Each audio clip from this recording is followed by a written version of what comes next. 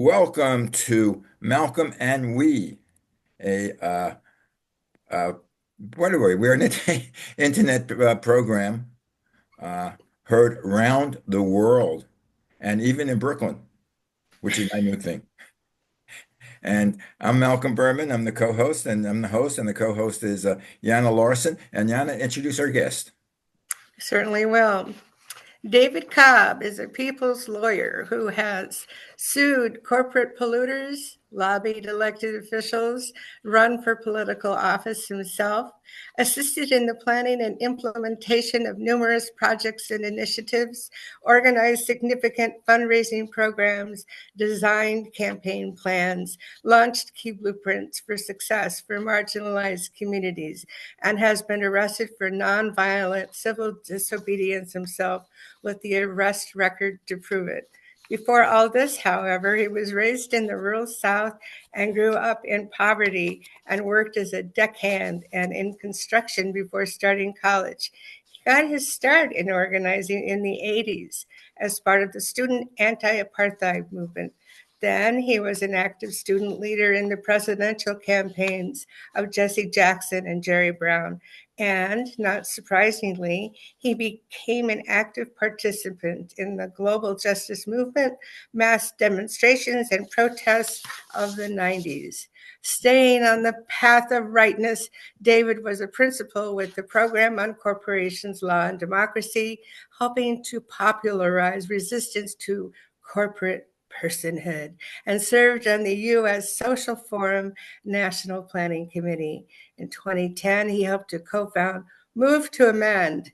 The proposed amendment he helped to co-author has 28 co-sponsors in Congress, and Move to Amend has grown to over 500,000 members. And now he is co-coordinator of the U.S. Solidarity Economy Network and is a co-founder of the People's Network for Land and Liberation. As the ardent and eloquent speaker that he has appeared on CNN, PBS NewsHour, MSNBC, ABC News, National Public Radio, and is frequently quoted in mainstream media.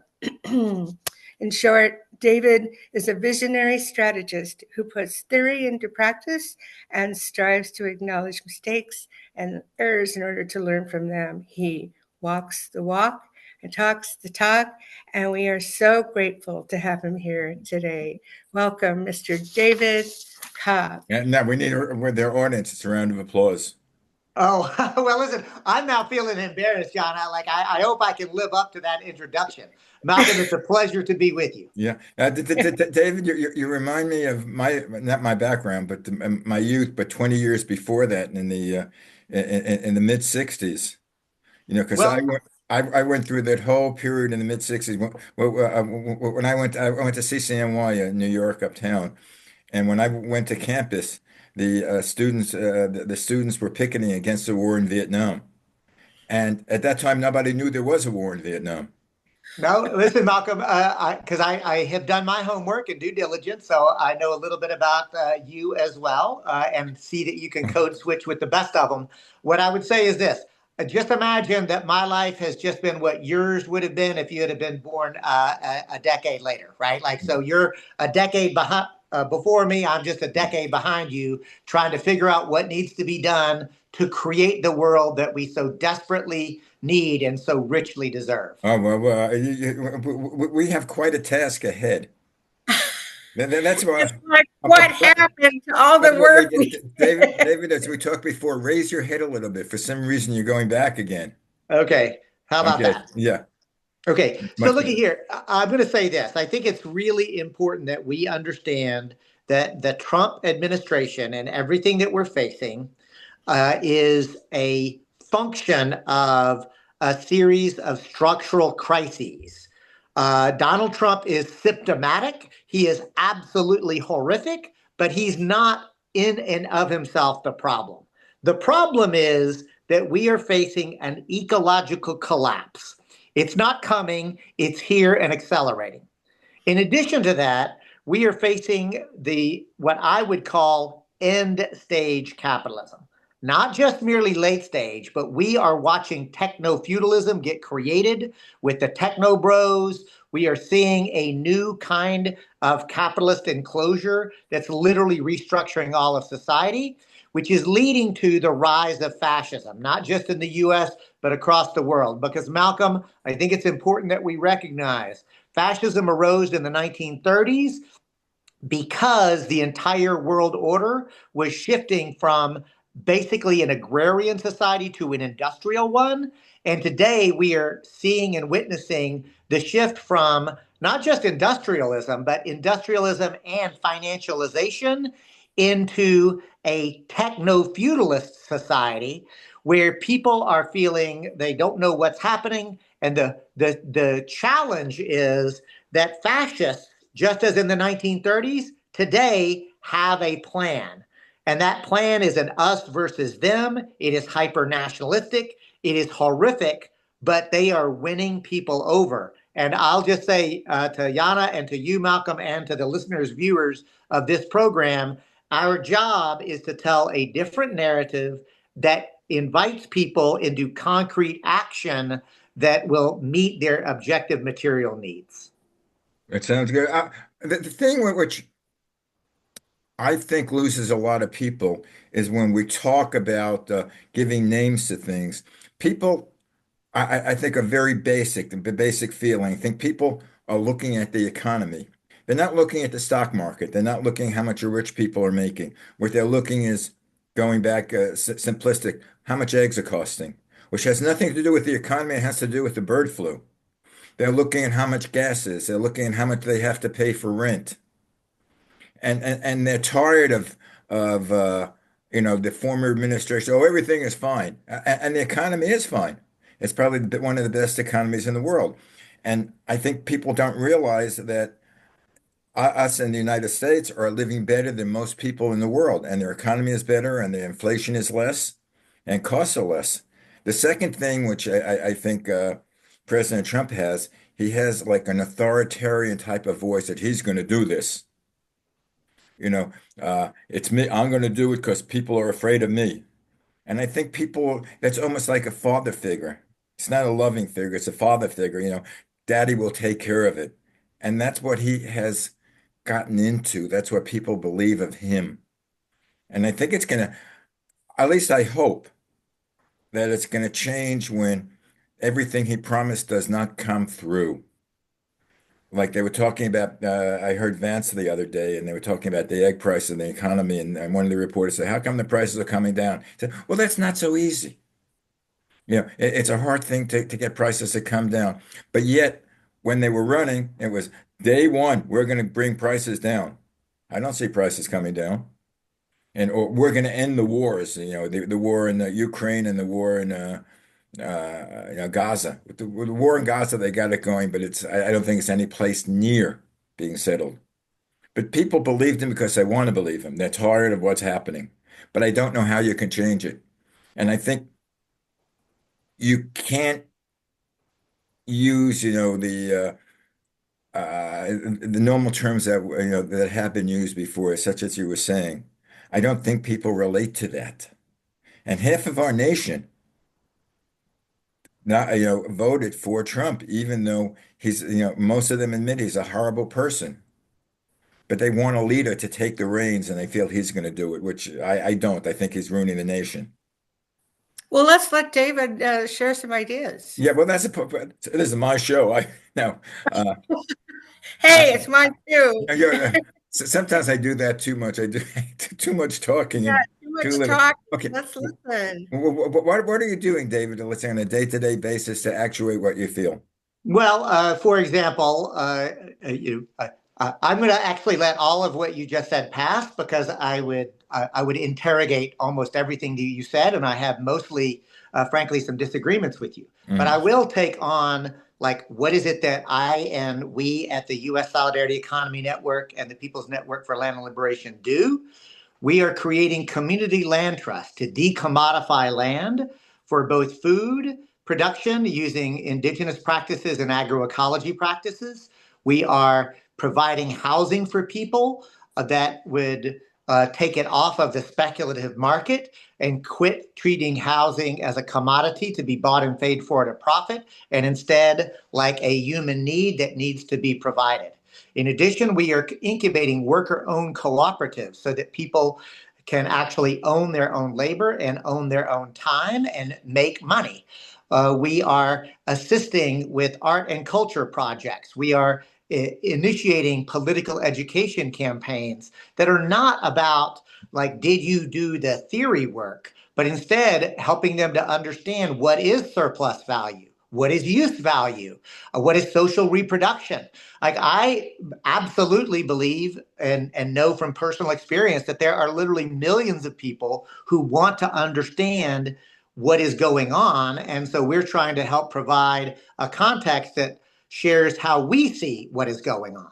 And so I think that we're in a truly transformational opportunity, and we are working as fast as we can to give people very concrete projects that they can plug into that will give them a sense of agency rather than anguish. Yeah, I agree with That's that. hopeful. Oh, by the way, David, again, for whatever reason, I think your chair or something is sliding down, but your chin is now on the bottom of the screen. I hate to be repetitive. Malcolm, let's I'm here. let's Go- okay. So So I'm, this I'm going to have a hard out at the bottom of the hour. David, are people optimistic that you are working with and talking to? Well, Yana, what I would say is this: the people that I'm talking to start from anguish, pessimism, etc. And I will often say that the folks that I'm working with mostly begin out of this place of righteous anger. They are Yeah. angry at injustice. They are angry at the ecological collapse. They are angry that the America that they were promised as children is not the America that they are living in now. And through working with me and us, it is almost like alchemy because it transforms because they are actually doing things. And I do think that a big problem on the progressives, I won't say left, I'll say liberals and progressives, all they think about are elections. And therefore, there's only an opportunity to vote once every 2 or every 4 years.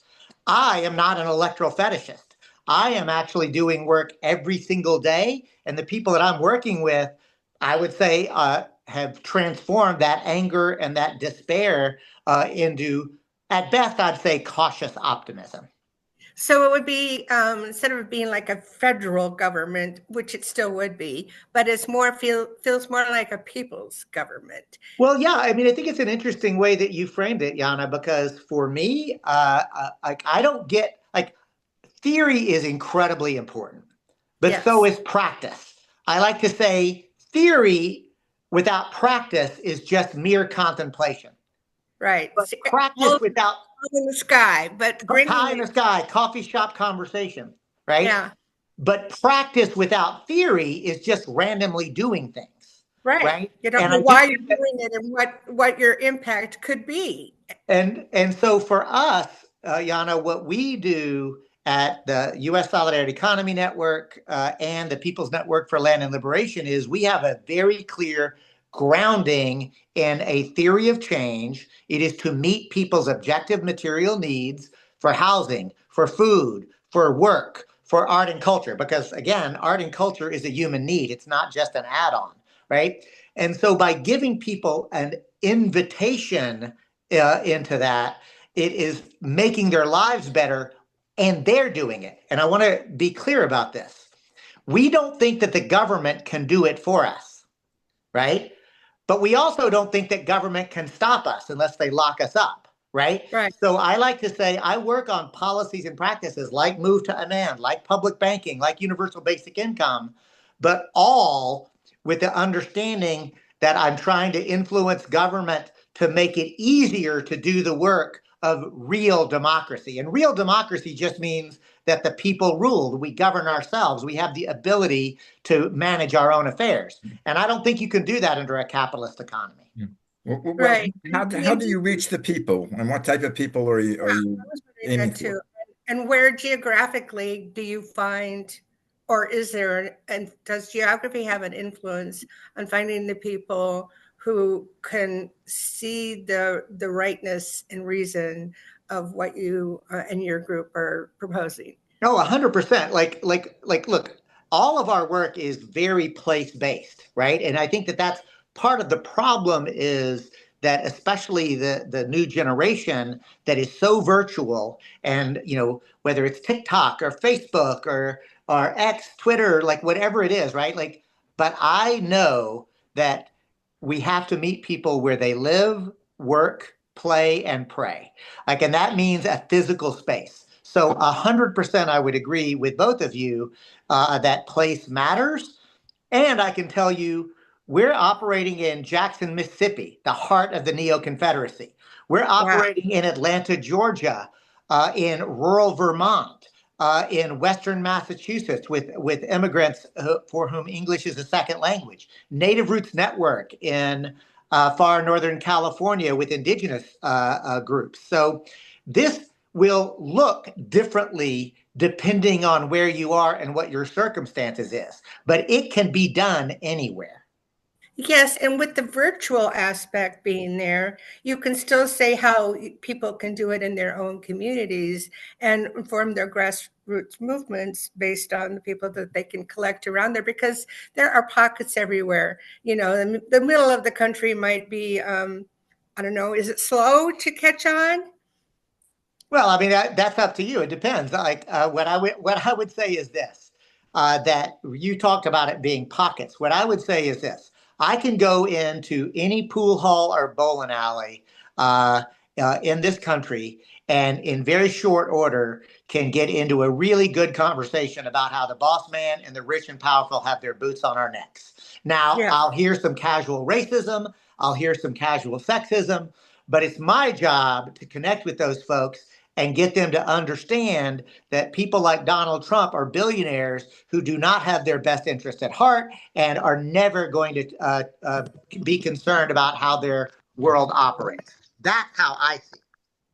Yeah. I don't think that most people are interested in being, I mean, in the big picture, are really into being billionaires or even understanding how they could become a billionaire, but they are interested in being able to survive and thrive, and be productive and happy in their own communities. And are you still there? So I'm here. Yeah, David, your live picture went out. Now we have a shot of you clean shaven. All right, hold on. Sorry about that. Picture. Yeah, How about now? yeah, okay. I like it much better. Us beards have to stick together. You got it. Sorry about that. Yeah. How many people do you have in your organization?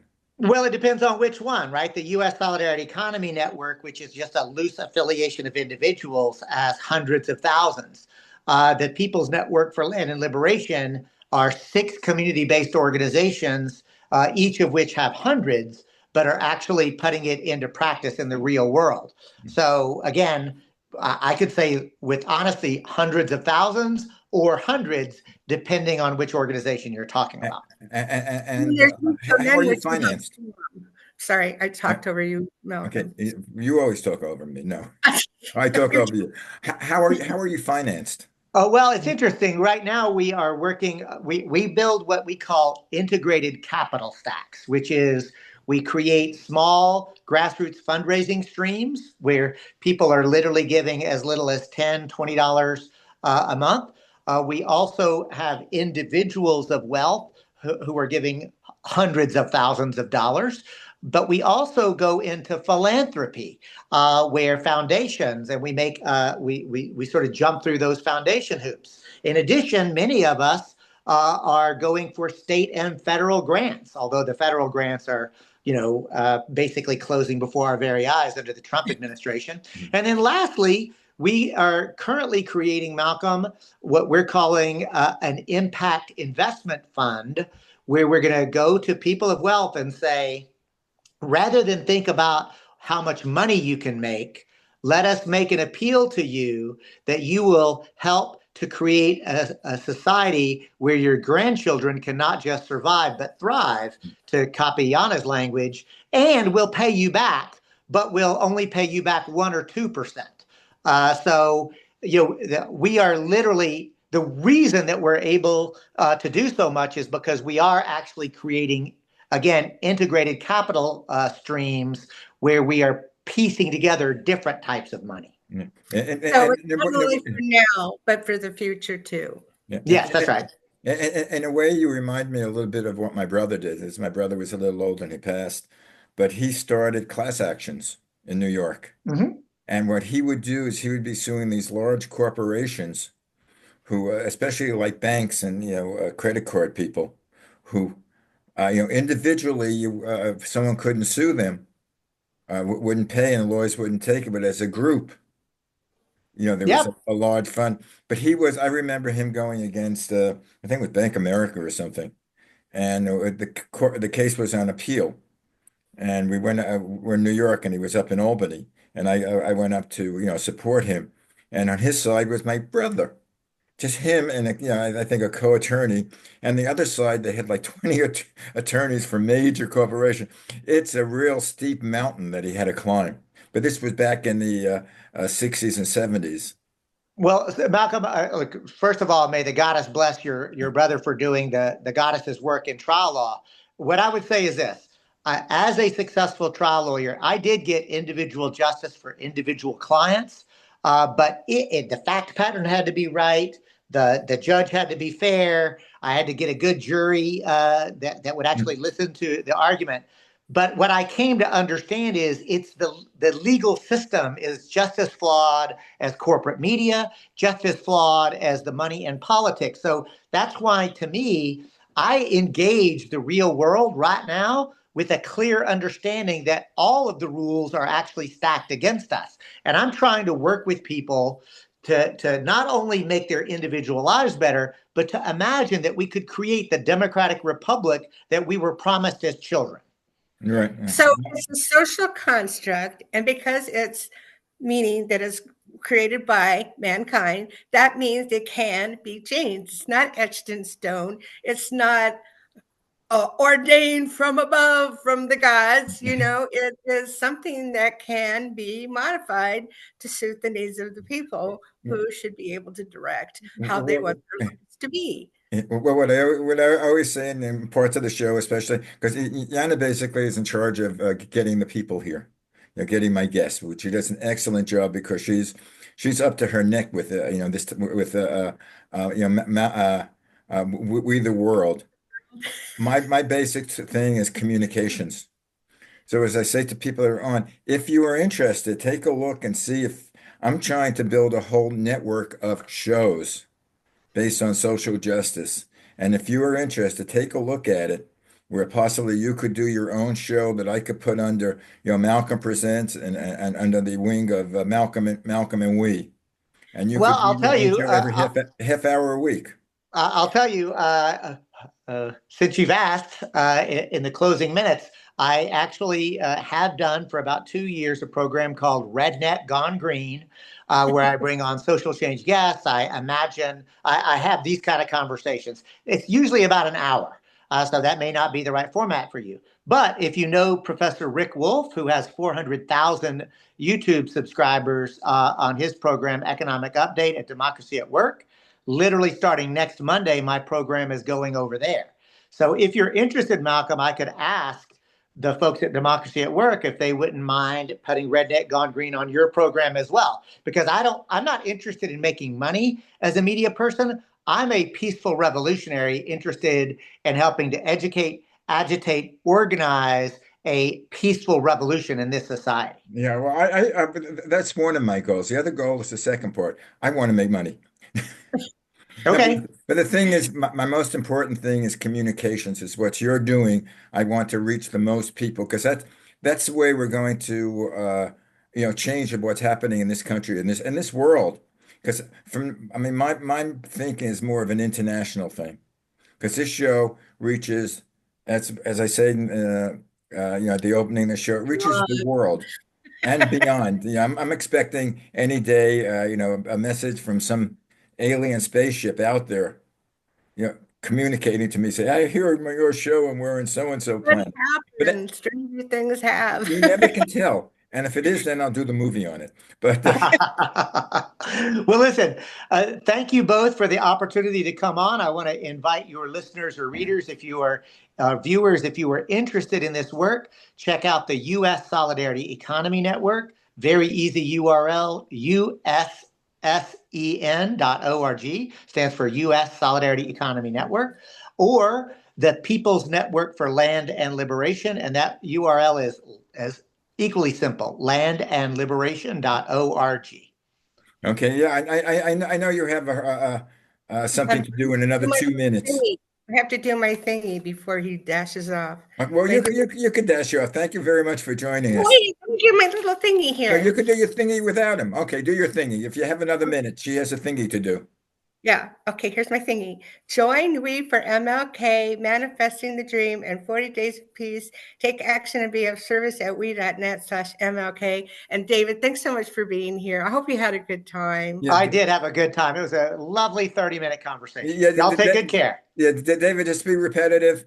Take a look at the website. See if you have any ideas of how you can join us, and You we got love it. it. All right. Bye, Bye now. bye, Yana.